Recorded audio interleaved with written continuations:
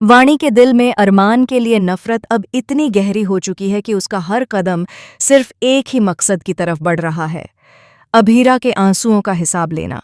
जब से वाणी को यह सच पता चला है कि उसकी माँ की तकलीफों के पीछे कहीं न कहीं अरमान का हाथ है, तब से उसका नजरिया पूरी तरह बदल गया है।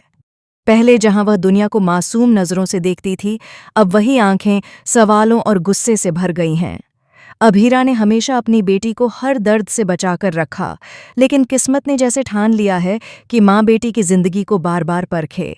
अभीरा दिन रात मेहनत कर रही है, कभी छोटे मोटे काम, कभी लोगों की गाड़ियां ठीक करना, तो कभी देर रात तक जागकर अतिरिक्त काम लेना, सिर्फ इसलिए ताकि वाणी को वह जिंदगी दे सके जो उसे खुद कभी नहीं मिली। उसका सपना बड़ा नहीं है, बस इतना है कि वाणी पढ़ लिख कर अपने पैरों पर खड़ी हो जाए और किसी के सामने झुकना न पड़े। लेकिन वाणी अब बच्ची नहीं रही। वह समझने लगी है कि उसकी माँ मुस्कुराती जरूर है, पर उस मुस्कान के पीछे बहुत दर्द छिपा है। कई बार उसने अभीरा को अकेले में रोते देखा है, और हर बार अभीरा ने यही कहा, कुछ नहीं हुआ। मगर इस बार वाणी ने तय कर लिया कि वह सच्चाई जानकर रहेगी। एक दिन मौका खुद उसके पास चला आया। उसने अरमान को अभीरा से बहस करते देखा।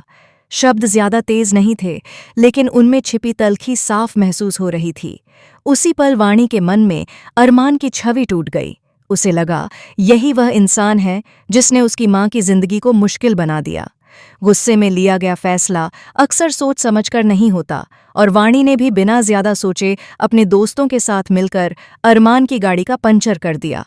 उसके लिए यह सिर्फ एक शरारत नहीं थी, बल्कि एक छोटी सी सजा थी, उस इंसान के लिए जिसने उसकी माँ को रुलाया।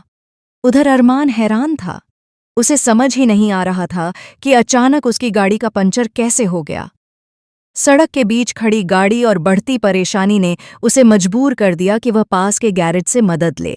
मैकेनिक को बुलाया गया, और जब वह वहां पहुंची तो अरमान की आंखें कुछ पल के लिए ठहर गईं, क्योंकि सामने अभीरा खड़ी थी।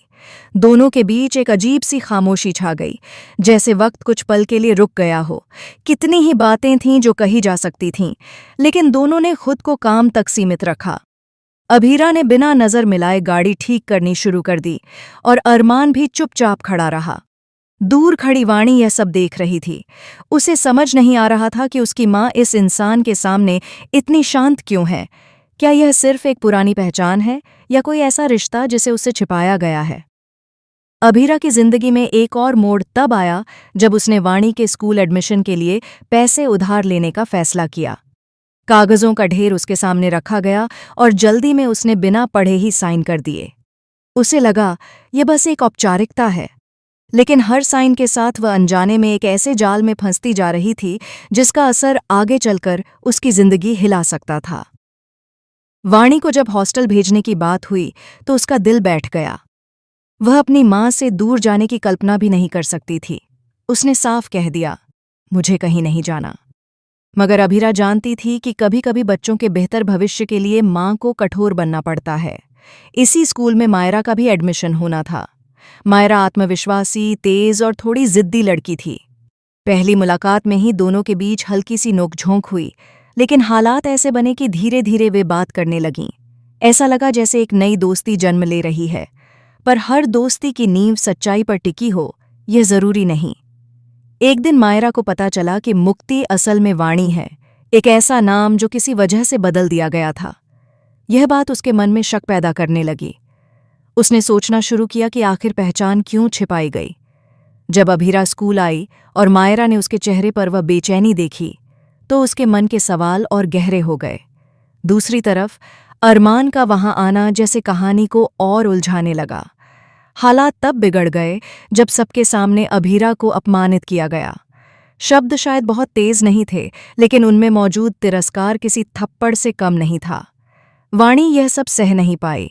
उसके अंदर का गुस्सा अब उफान पर था। उसी दौरान उसे कुछ ऐसे संकेत मिलने लगे जिनसे उसे एहसास हुआ कि अरमान और अभीरा का रिश्ता सिर्फ एक परिचय से कहीं ज्यादा है।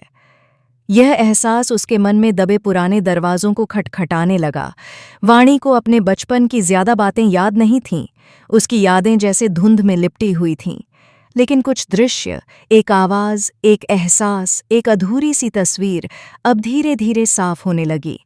उसे महसूस हुआ कि उसकी जिंदगी की कहानी शायद वैसी नहीं है जैसी उसे बताई गई।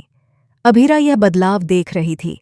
उसे डर लगने लगा कि कहीं अचानक लौटती यादें वाणी को कमजोर न कर दें। वह हर पल उसके आसपास रहने की कोशिश करने लगी, जैसे अपने आंचल से उसे फिर ढक लेना चाहती हो।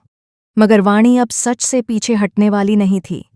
उसने तय कर लिया कि अगर उसकी माँ को किसी ने दुख दिया है तो वह चुप नहीं बैठेगी, चाहे सामने अरमान हो या मायरा। अमसरन्ना नहीं, वह हर सवाल का जवाब लेकर रहेगी। आने वाले दिनों में टकराव तय था। स्कूल के गलियारों से लेकर घर के आंगन तक रिश्तों की परतें खुलने वाली थीं। कुछ सच ऐसे होंगे जो लोगों को करीब लाएंगे, और कुछ ऐसे जो दूरियां बढ़ा देंगे। सबसे बड़ा सवाल अब यही है, जब वाणी को पूरी सच्चाई पता चलेगी तो क्या उसके दिल की नफरत कम होगी या और गहरी? क्या अभीरा का अतीत फिर से उसके सामने खड़ा होगा? और क्या अरमान अपने मन की बात कह पाएगा, या खामोशी ही सब कुछ तय करेगी? एक तरफ माँ का संघर्ष है, दूसरी तरफ बेटी का उभरता साहस। जहां डर भी है वहीं उम्मीद भी, क्योंकि कभी कभी टूटते रिश्ते ही हमें ये सिखाते हैं कि असली ताकत साथ रहने में है।